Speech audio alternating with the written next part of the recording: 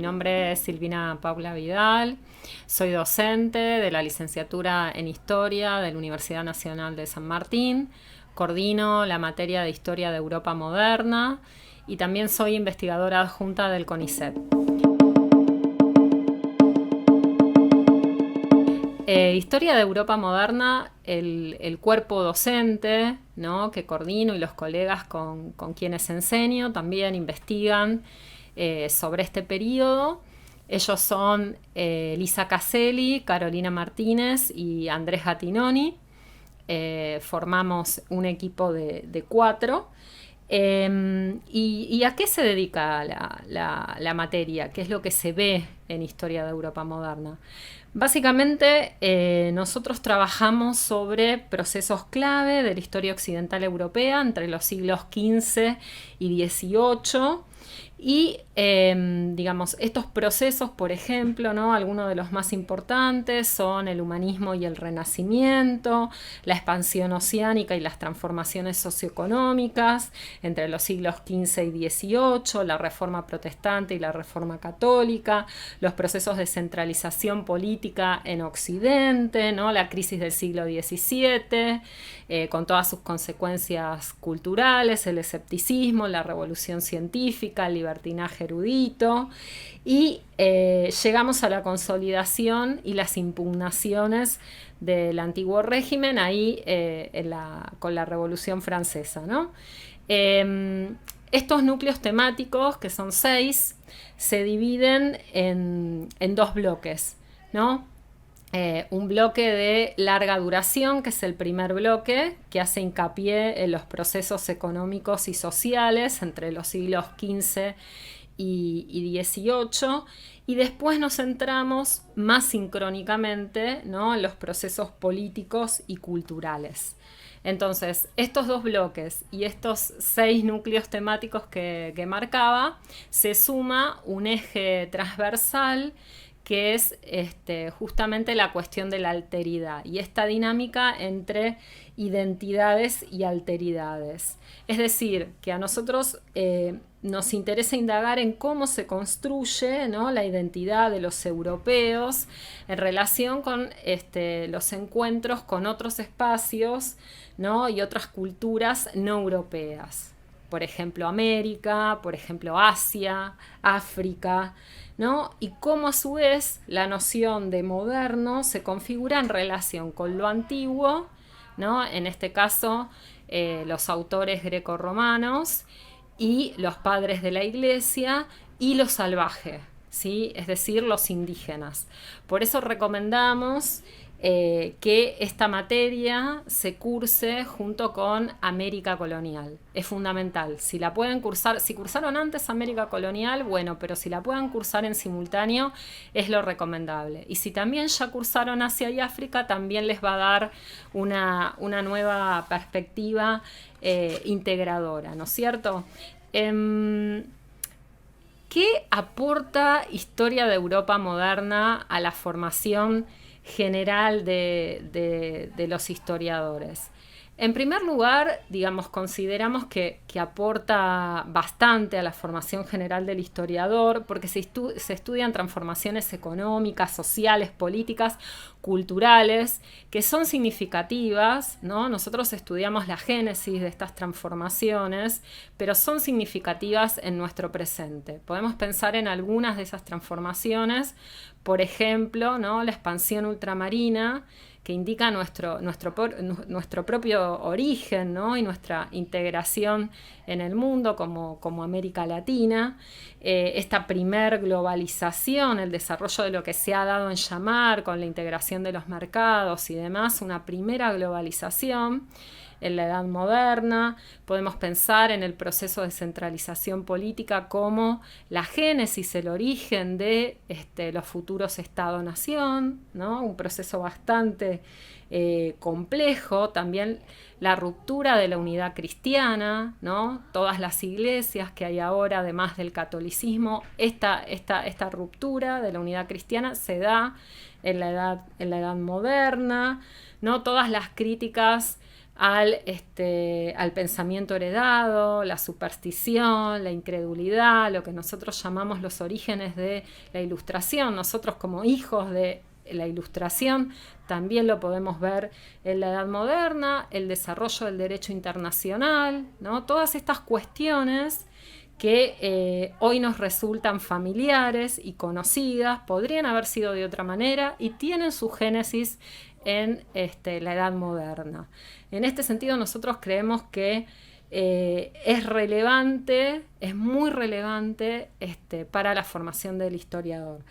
Pero no solo en lo que respecta a los contenidos que aporta la materia y a la reflexión crítica sobre estos procesos que vengo marcando y que hoy están muy naturalizados, ¿no? Porque, bueno, están naturalizados y quizás se desconoce este origen complejo, este origen conflictivo que tuvieron todos estos procesos, ¿no?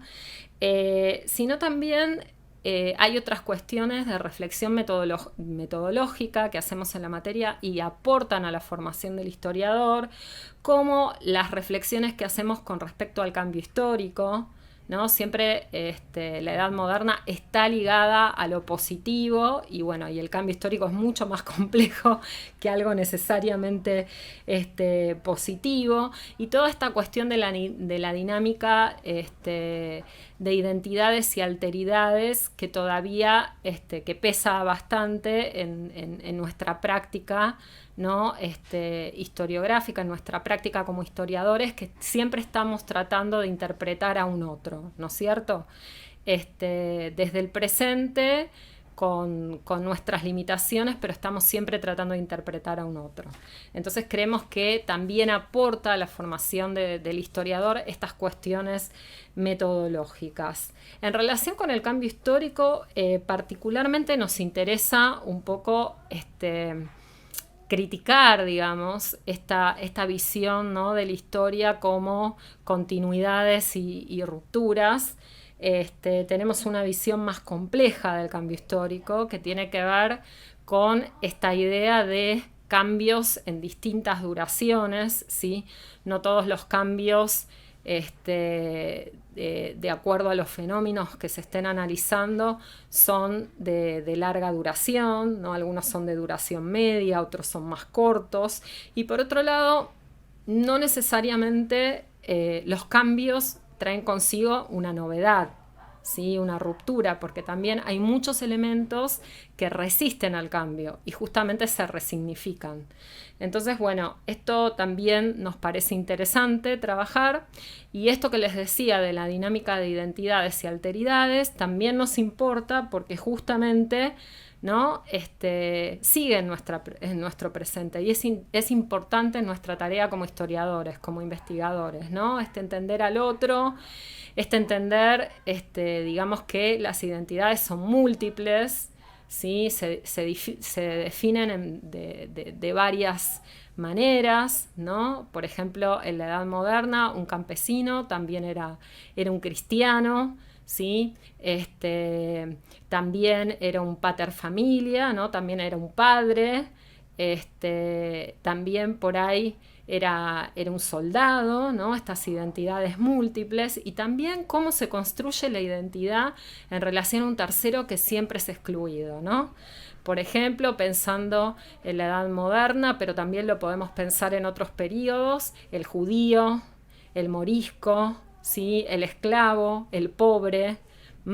Entonces, en relación con esto también es muy interesante, porque hay algunos prejuicios que hoy los tenemos naturalizados, pero tienen su origen en este complejo y conflictivo periodo de la historia europea. ¿Qué podemos decir en cuanto a la bibliografía, ¿no? En cuanto a la bibliografía, nosotros, como es una materia de grado, privilegiamos que todo esté en español, y aquello que no esté traducido lo hemos traducido nosotros, algunos artículos nuevos, ¿no?, en relación a ciertas discusiones que queremos traer.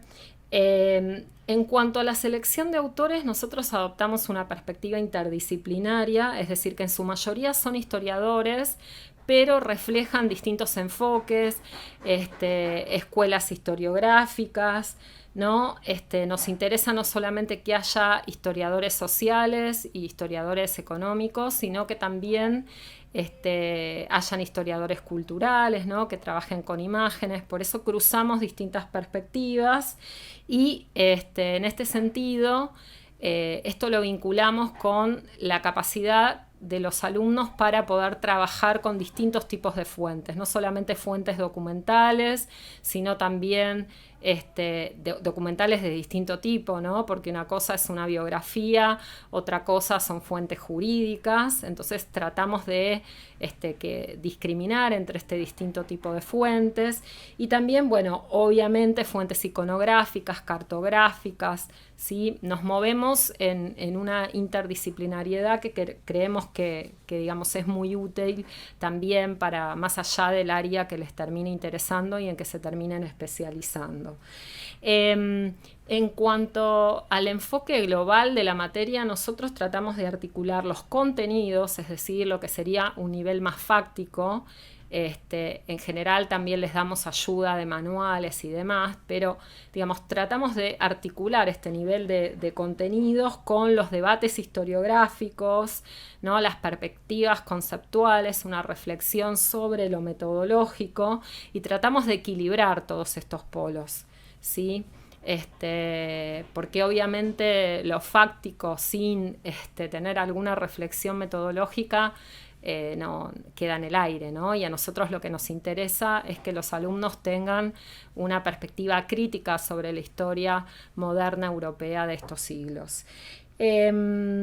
Digamos, nosotros también una cuestión importante a destacar es que somos docentes, pero todos investigamos en este área, aunque digamos, nos especializamos en cuestiones diferentes y a nosotros particularmente nos interesa articular la investigación con la docencia.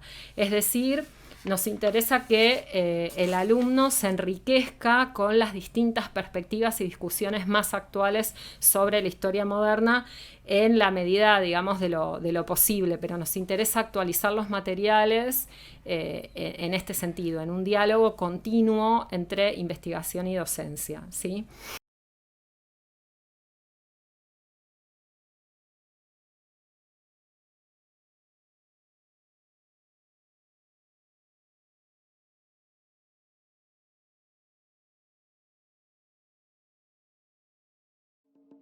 Eh,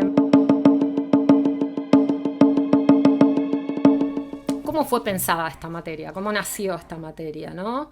Esta materia fue pensada desde una mirada global, integradora, es decir, si bien analizamos procesos claves de la historia occidental europea, nosotros adoptamos no una perspectiva etnocéntrica, sino justamente una perspectiva descentrada, porque creemos que resulta imposible pensar la historia moderna de Europa Occidental si no pensamos, sobre todo en los siglos XV y XVIII, en un diálogo con América, con Asia, con África, ¿sí?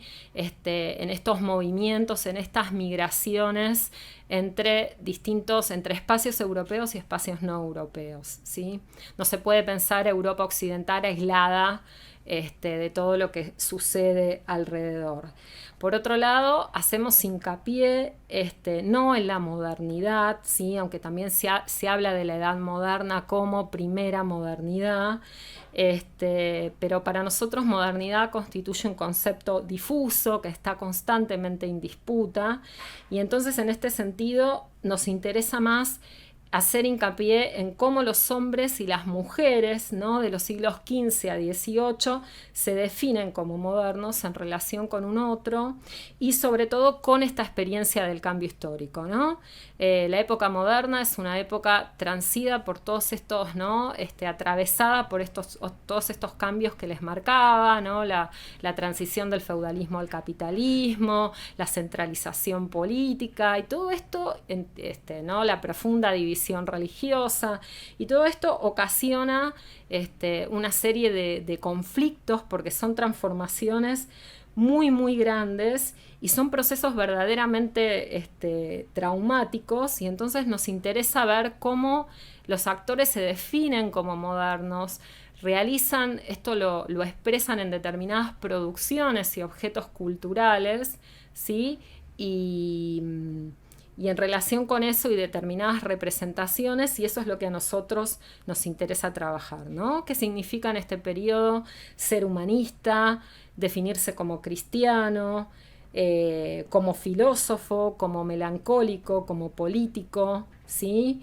Como hereje, como entusiasta? Eso es lo que a nosotros nos interesa en relación a todos, cómo se construyen estas identidades y cómo estas identidades están atravesadas, ¿no?, por cuestiones étnicas, por cuestiones de género también. Les decía, si bien la materia aborda en profundidad cuestiones propias de la historia moderna europea, se ha trabajado muchísimo para articular con otras materias, ¿no? ¿Qué rasgos son específicos de las sociedades modernas europeas en comparación con las sociedades antiguas y las sociedades medievales? Por eso nos interesa articular con historia antigua y con historia medieval, que es correlativa a la materia, y también articulamos con propedéutica 2, ya que muchos de los integrantes del cuerpo docente enseñan alguna de las propedéuticas. Entonces sabemos cuándo estamos dando una introducción, ¿no?, a la edad moderna en propedéutica 2 y cuándo estamos profundizando, y a partir de esas introducciones profundizamos, ¿no? Estamos constantemente en diálogo con los coordinadores de estas materias. Creemos que la materia Historia de Europa Moderna aporta al plan de estudios, no solo por la centralidad, ¿no?, del periodo y de las transformaciones de las que venimos hablando, que se llevan a cabo en todos los niveles, socioeconómico, político, cultural, ¿no? Sin hacer historia de Europa moderna es imposible dedicarse, o sea, o trabajar después sobre historia americana o historia argentina, ¿sí? Y también creemos que es importante en cuanto, como les decía antes, la reflexión metodológica, ¿no?, sobre la diversidad de fuentes, de recursos, de técnicas que tiene a la mano el historiador para estudiar y reflexionar críticamente sobre el pasado. Si bien no hay una articulación explícita de la materia con otros ámbitos fuera de la clase, como serían los museos y los archivos, siempre propiciamos el desarrollo de actividades por fuera del contexto del aula, ¿no es cierto? Que contribuyan a enriquecer, ¿no?, la mirada sobre la modernidad o sobre la edad moderna, ¿no?, en Europa Occidental. Por ejemplo, hemos organizado ciclos de charlas sobre la Revolución Científica, un ciclo de extensión sobre la Reforma Protestante, y este año, bueno, debido a las restricciones de la pandemia y demás, organizamos también un coloquio internacional con la Universidad de la Sorbona, en París. Organizamos un coloquio internacional virtual donde reflexionamos sobre la cuestión, sobre las historias y el tema de las identidades en España moderna, ¿no? En este sentido, articulando con, que me olvidé de nombrarla entre las materias con las que también articulamos, Historia de España, ¿no?, que es una materia optativa, pero también, digamos, tratamos de articular, ya que la dan modernistas, también tratamos de articular con Historia de Europa Moderna. Entonces hacemos toda esta serie de actividades, y también les sugerimos a los alumnos, además del tema del manejo de los archivos, los incentivamos en relación con las capacitaciones que también da la Biblioteca Central de la UNSAM. Los ayudamos con el tema de los recursos online, el manejo de las bases de datos y demás. Les damos, aunque sea una mínima introducción, más ajustada a, digamos, las bases que hay para, la edad moderna europea.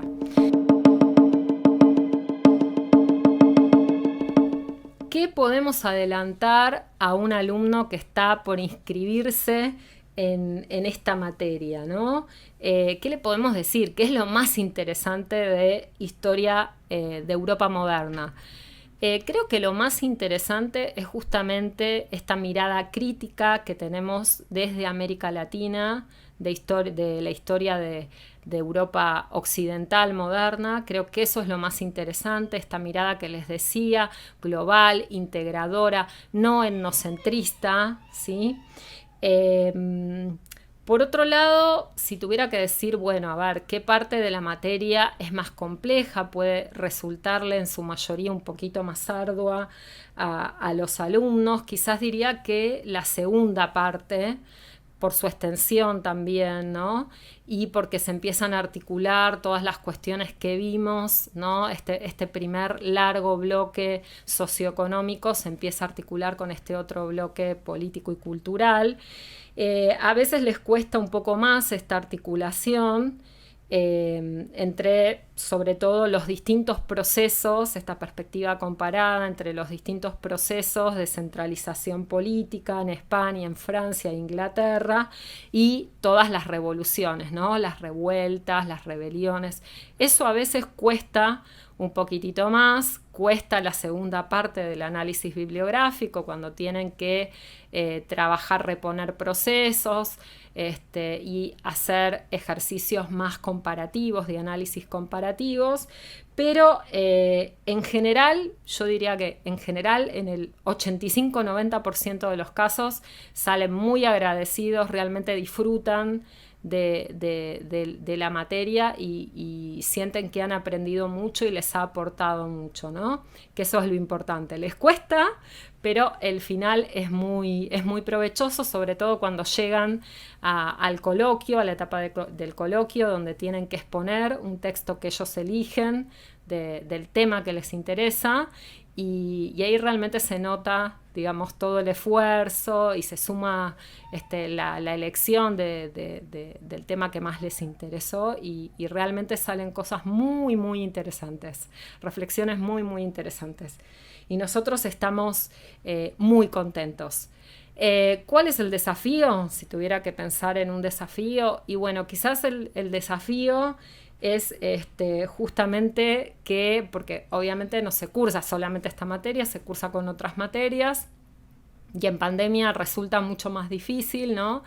Es que los alumnos mantengan el nivel de lectura, el nivel de participación, ¿no? A veces cuesta un poco más en esta situación, pero en general siempre ha sido muy bueno el nivel de participación, el nivel de lectura, ¿sí? Nos interesa mucho, mucho, y en esto insistimos y vamos haciendo distintos ajustes, que participen en clase, ¿no? Que participen de la discusión, que las clases se construyan entre los alumnos y los docentes.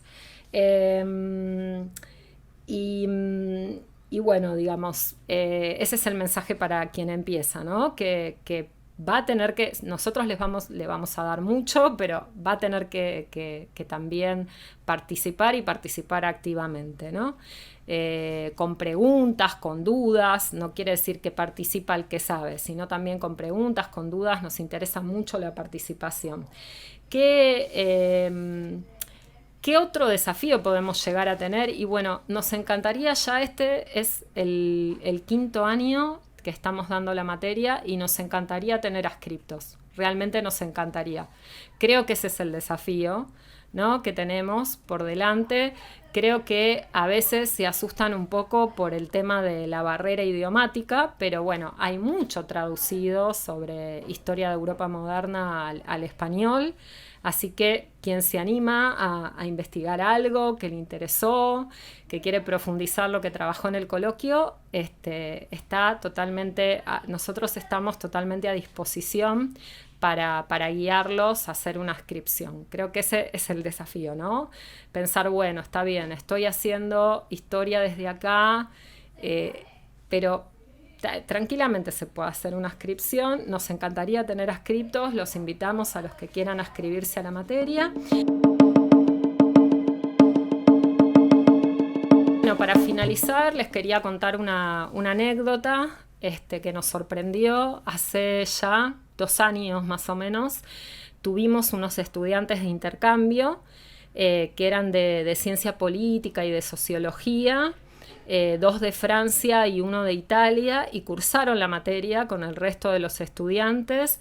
Y bueno, creímos que por ahí, no sé, algunas cuestiones les parecían muy elementales o bueno, ¿no? Habiendo tenido ellos historia europea, y bueno, cuando trabajaron sobre Italia y sobre Francia, realmente quedaron muy conformes con el material que habíamos seleccionado, con digamos, las discusiones que habíamos armado.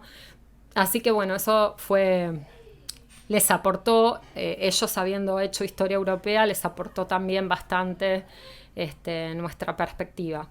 Así que bueno, están todos invitados los que quieran cursar Historia de Europa Moderna. Va a ser un placer recibirlos como siempre, como todos los años. Y bueno, espero verlos pronto.